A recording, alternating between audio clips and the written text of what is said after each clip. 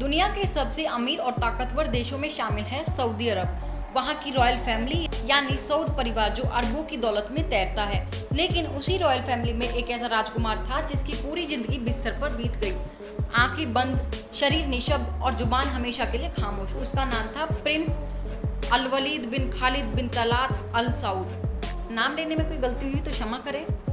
लोग उसे sleeping Prince कहते थे, लेकिन ये सिर्फ एक नाम नहीं, ये एक ऐसा दर्द था जो हर दिन सांस ले रहा था, बिना कुछ कहे, बिना कुछ सुने। साल 2005 की एक सुबह सिर्फ 15 साल का अल वलीद लंदन की एक मिलिट्री एकेडमी में पढ़ाई कर रहा था। वो एक तेज रफ्तार कार में सवार था, शायद किसी दोस्त के साथ या अकेले। लेकिन अचानक एक भयंकर एक्सीडेंट हुआ। इतनी जोरदार टक्कर हुई कि कार के परखच्चे उड़ गए और अल वलीद को सिर में गहरी चोट आई। सिर की अंदरूनी नसें फट गईं, ब्रेन में ब्लीडिंग शुरू हो गई और वहीं से शुरू हुआ एक ऐसा सफर जिसमें वो कभी जागा ही नहीं। डॉक्टरों ने जब उसके परिवार को बताया कि वह कोमा में चला गया है, तब भी उम्मीद जिंदा थी। लेकिन जैसे जैसे दिन बीतते गए, उम्मीदें धुंधली होती गईं। उसे रियाद लाया गया, फिर अमेरिका और स्पेन तक ले जाकर इलाज कराया गया। दुनिया के सबसे बेहतरीन न्यूरोलॉजिस्ट उसका इलाज कर चुके थे, पर अफसोस कोई बदलाव नहीं आया। अल वलीद का शरीर सांसें लेता रहा, पर आत्मा जैसे सो चुकी थी। उसके शरीर में कभी हल्का सा हिलना दिखता था तो कभी किसी की आवाज़ पर हल्की हरकत होती थी, लेकिन होश कभी नहीं आया। ना उसने आंखें खोली, ना उसने किसी को पहचाना, ना कभी मुस्कुराया। उसका पिता प्रिंस खालिद बिन तलाल एक ऐसा पिता जो हार मानने को तैयार ही नहीं था।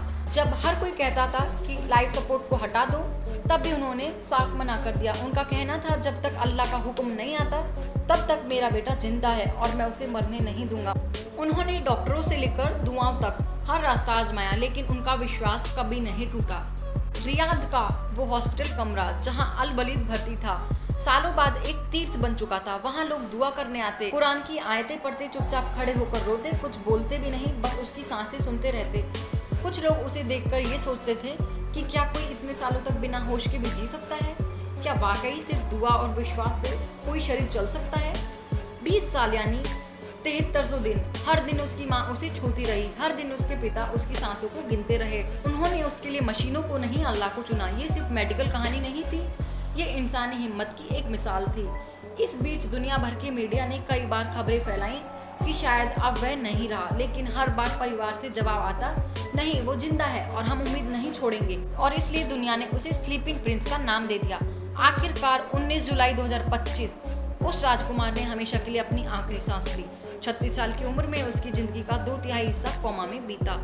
ना कोई जश्न, ना कोई खुशी, बस एक लंबा इंतजार जो अब खत्म हुआ। उसके जाने के बाद लोग उसकी कहानी को सुनकर रो रहे हैं। सोशल मीडिया पर हड़कंप मचा हुआ है। कोई कहता है, ऐसा बेटा अगर हमारे पास होता तो हम शायद हार मान लेते। कोई कहता है, उस पिता की हिम्मत को सलाम जिसने 2 दशक तक बिना थके, बिना रुके सिर्फ अपने बेटे के लिए जिया। आज भी जब सऊदी में कोई उसे याद कर रहा है तो दिल भारी हो रहा है। एक ऐसा राजकुमार जो कभी जागा नहीं, लेकिन जिसने दुनिया को सिखा दिया कि जिंदगी सिर्फ आंखें खोलकर जीने का नाम नहीं, कभी कभी आंखें बंद करके भी कोई जी रहा होता है, दूसरों की उम्मीद बनकर। स्लीपिंग प्रिंस की सच्ची कहानी आज हम सबको एक सवाल देती है, क्या हम भी किसी अपनों के लिए 20 साल इंतजार कर सकते हैं? क्या हम भी बिना किसी गारंटी के, सिर्फ भरोसे पर किसी एक के लिए जिंदा रह सकते हैं? ये कहानी सिर्फ अल वलीद की नहीं, ये हर उस इंसान की है जो आज भी आईसीयू में है, किसी दुआ का इंतजार कर रहा है, किसी प्यार के भरोसे पर जिंदा है। तो यही थी स्लीपिंग प्रिंस की कहानी। भगवान उनकी आत्मा को शांति दे। कमेंट में उनकी आत्मा की शांति के लिए ओम शांति जरूर लिखें। बस इतना ही कहूँगी। मिलते हैं अगली वीडियो में, तब तक के लिए जय श्री राम।